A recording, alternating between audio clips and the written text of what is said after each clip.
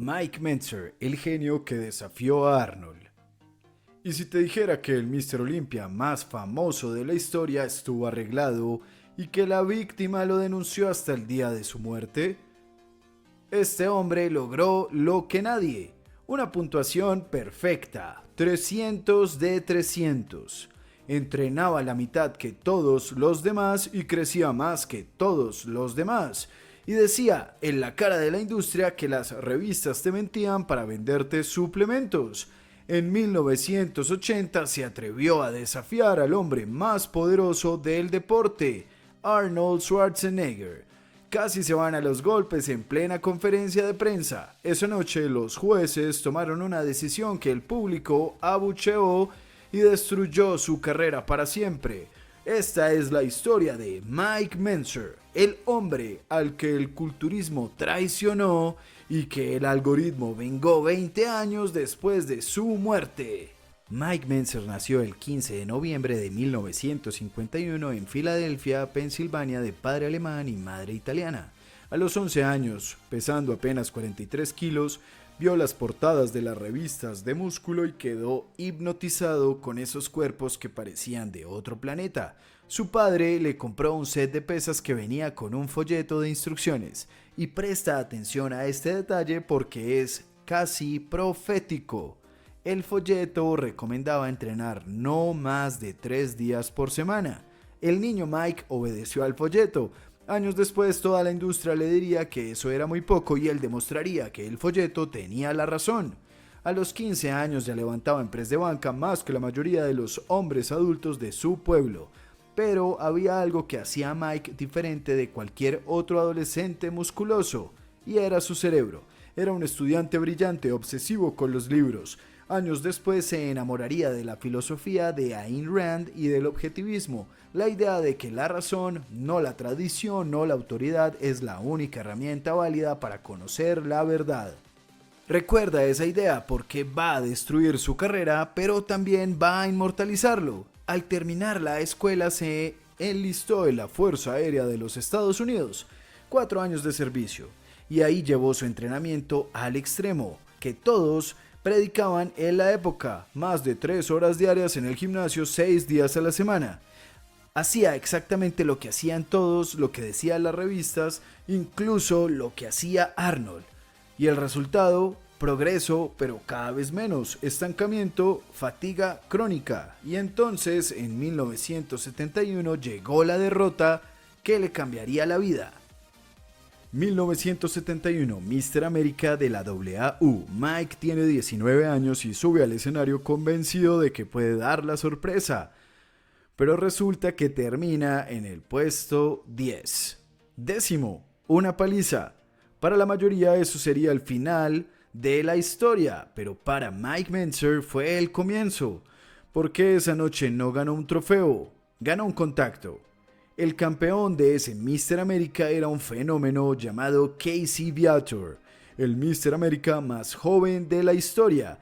Y hablando con él, Mike descubrió algo que no encajaba. Viator entrenaba sesiones breves, de 20 a 45 minutos, con una intensidad salvaje hasta el fallo muscular total, casi exclusivamente en unas máquinas nuevas llamadas Nautilus.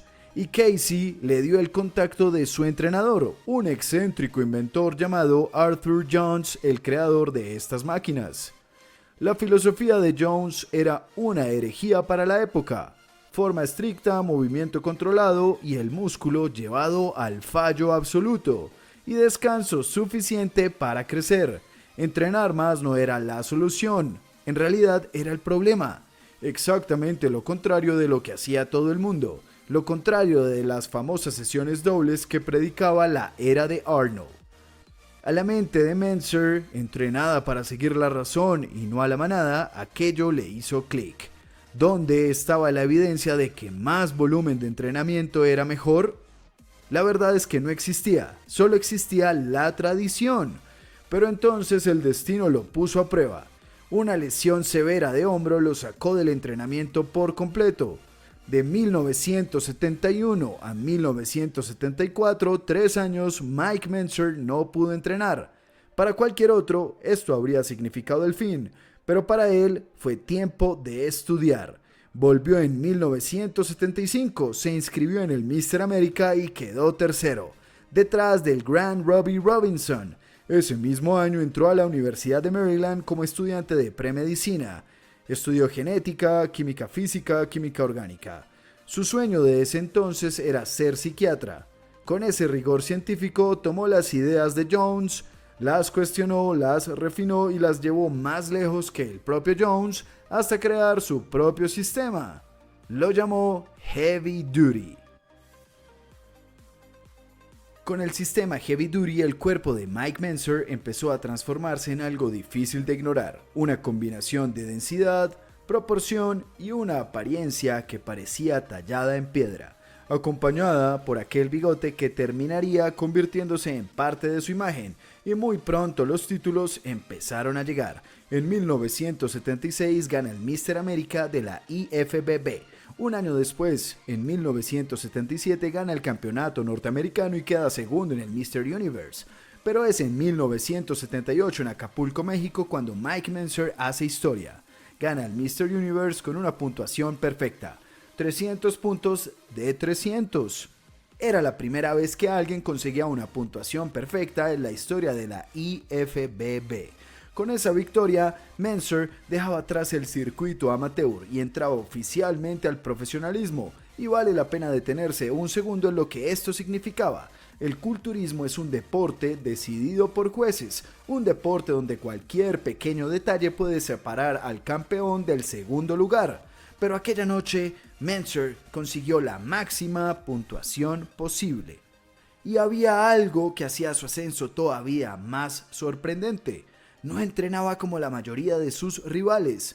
Mientras gran parte del culturismo seguía defendiendo sesiones intensamente largas, enormes cantidades de series y horas dentro del gimnasio, Mentzer proponía casi exactamente lo contrario.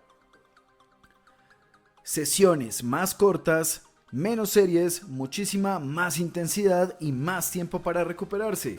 Para muchos culturistas de la vieja escuela, aquello parecía absurdo, pero había un problema: estaba funcionando. En 1979, Mentzer debuta en el Mr. Olympia, la cima del culturismo profesional, y lo hace ganando la categoría de más de 200 libras. Pero todavía quedaba una última batalla. Frente a él estaba Frank Zane, el campeón del momento, famoso por su simetría y ganador de 2 Olimpias anteriores. Aquella noche, Zane vuelve a ganar y consigue su tercer Mr. Olympia consecutivo. Mentzer termina segundo en la clasificación general, pero la derrota no cambia una cosa. Ahora todo el mundo sabe que Mike Mentzer puede ganar el Mr. Olympia. Tiene 27 años, Zane 37. Y mientras el culturismo entra en una nueva década, Mentzer se convierte en uno de los grandes favoritos para 1980. Por primera vez el trono parece estar realmente a su alcance, pero había alguien que no formaba parte de esos cálculos. Un austriaco retirado, 7 años alejado de la competición, convertido en estrella de cine y todavía muy presente en el mundo del culturismo. Arnold Schwarzenegger no había dicho su última palabra. 4 de octubre de 1980, Sydney, Australia. El escenario estaba preparado para uno de los Mr. Olympia más competitivos de la historia. Frank Zane llegaba como campeón por tercer año consecutivo. Chris Dickerson estaba en gran forma, Boyer Coe también era una amenaza y Mike Mentzer llegaba como uno de los grandes favoritos. Pero un día antes de la competencia todo cambió. Arnold Schwarzenegger anunció que iba a competir. Nadie lo esperaba. Llevaba 5 años retirado y había viajado a Australia para trabajar como comentarista de la transmisión de televisión. Durante las semanas anteriores había vuelto a entrenar con fuerza para preparar su cuerpo para Conan el Bárbaro. Pero ahora quería algo más. Quería volver al escenario, quería recuperar el título. La noticia cayó como una bomba. Arnold no era el mismo hombre que había dominado el culturismo durante los años 70. Seguía teniendo un físico impresionante, pero incluso muchos de sus rivales consideraban que estaba lejos de su mejor versión. Sus brazos, su pecho y su espalda seguían siendo extraordinarios, pero sus piernas y su definición ya no eran las de sus mejores años. Aún así, Arnold estaba de vuelta, y su entrada de último minuto hizo que comenzaran las preguntas. ¿Por qué Arnold no era simplemente otro competidor? Era la mayor estrella que el culturismo había producido. Durante años había sido una de las grandes caras del mundo, creado por los hermanos Wither. Revistas, competiciones, suplementos y una industria que había crecido alrededor del culturismo. Joe Wither había sido uno de los hombres más importantes en la carrera de Arnold. Para Mike Mentzer, que criticaba abiertamente muchas de las ideas que dominaban aquella industria, todo aquello hacía imposible ignorar una pregunta. ¿Podía una competencia de ese tamaño ser realmente ajena a la política?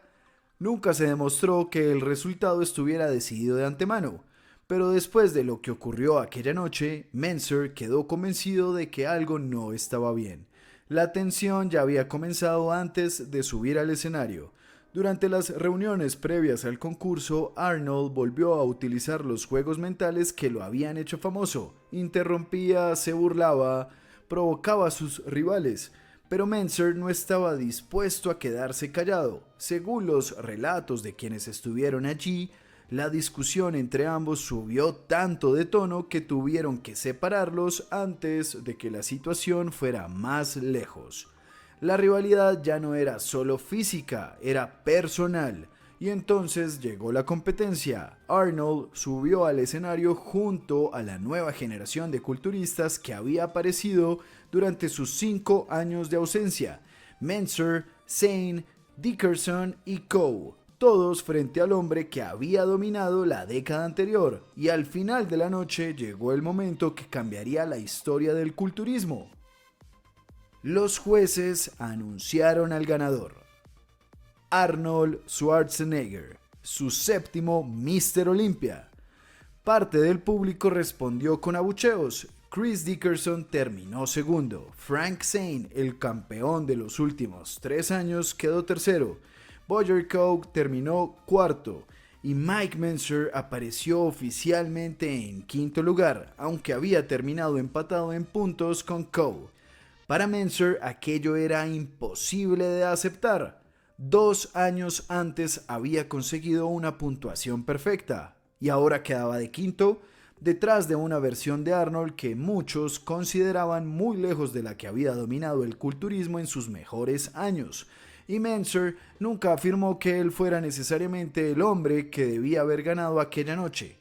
Su acusación era otra. Para él, Arnold no debía haber ganado. Mentzer llegó a decir que la competencia había sido manipulada por la política del culturismo. Nunca se demostró que el resultado hubiera sido arreglado, pero él mantuvo esa convicción durante el resto de su vida y no fue el único que salió de Sydney enfadado. Al año siguiente, Mike Mentzer, Frank Zane y Roger Coe decidieron no competir en el Mr. Olympia de 1981 como protesta por lo ocurrido. Pero para Mike, la decisión fue todavía más definitiva. Tenía 28 años, estaba en el mejor momento de su carrera. Todavía parecía tener años de competición por delante, pero después de Sydney tomó una decisión y nunca más volvió a competir. ¿Qué pasa cuando le arrebatan su propósito a un hombre que construyó su vida entera alrededor de un solo objetivo? Mentzer se volcó al trabajo con la misma intensidad con la que entrenaba. Editaba revistas, escribía sin parar, manejaba negocios. Según contaron sus allegados y las crónicas de la época, para cumplir plazos de publicación pasaba 2 y hasta 3 días seguidos sin dormir y empezó a apoyarse en anfetaminas para sostener este ritmo. La mezcla fue devastadora. El golpe emocional de 1980, la traición del deporte que amaba, el exceso de trabajo y las sustancias. Su salud mental colapsó y esos años oscuros, que sus biógrafos describen con hospitalización psiquiátrica y problemas económicos incluidos, casi lo borran del mapa. El hombre de la puntuación perfecta tocó un fondo del que pocos supieron, y sin embargo, la historia no termina ahí. En los años 90, Mentzer se reconstruyó. Limpio y enfocado, volvió como entrenador personal y escritor, publicó sus libros definitivos sobre el heavy duty y se convirtió en consultor de los atletas más serios del planeta.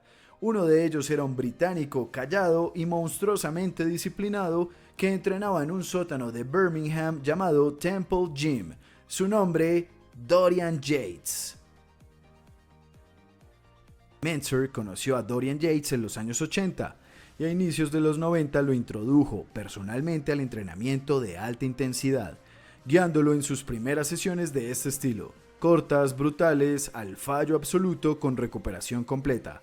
El propio Yates le dio crédito a los principios heavy duty por su forma de entrenar y los dos junto a Ray, el hermano de Mike, llegaron a fundar juntos una empresa de ropa deportiva.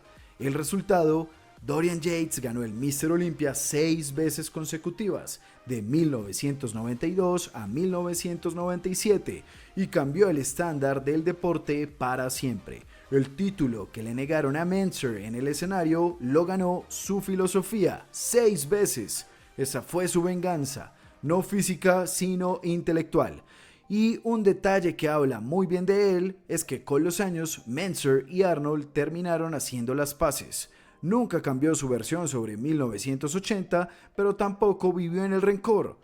El 10 de junio del 2001, Mike Mensur fue encontrado muerto en su apartamento en California por complicaciones cardíacas. Tenía apenas 49 años.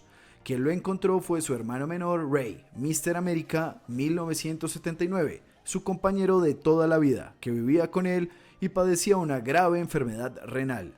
2 días después, Ray también murió. 2 hermanos, 2 campeones, con 2 días de diferencia. Pero el destino le debía una a Mike Mensur. 20 años después de su muerte, el algoritmo hizo lo que los jueces nunca hicieron. Le dio el título. Sus entrevistas, su voz grave y quirúrgica, sus frases sobre la razón, la intensidad y el descanso inundaron redes como TikTok, YouTube Shorts y Reels en Instagram. Millones de jóvenes que no habían nacido cuando él murió entrenan hoy con el sistema Heavy Duty. El hereje de los años 70 se convirtió en el profeta de una nueva generación. Mike Mensur nunca ganó el Mr. Olympia, pero ganó algo mucho más raro en este mundo: tener la razón antes que todos los demás, y que el tiempo lo demostrara. Si te gustó esta historia, suscríbete, porque esto es una serie. En el próximo video, el hombre que entrenaba piernas hasta el desmayo, dueño de los cuádriceps más grandes de la historia, Tom Platz, el Golden Eagle. Nos vemos ahí.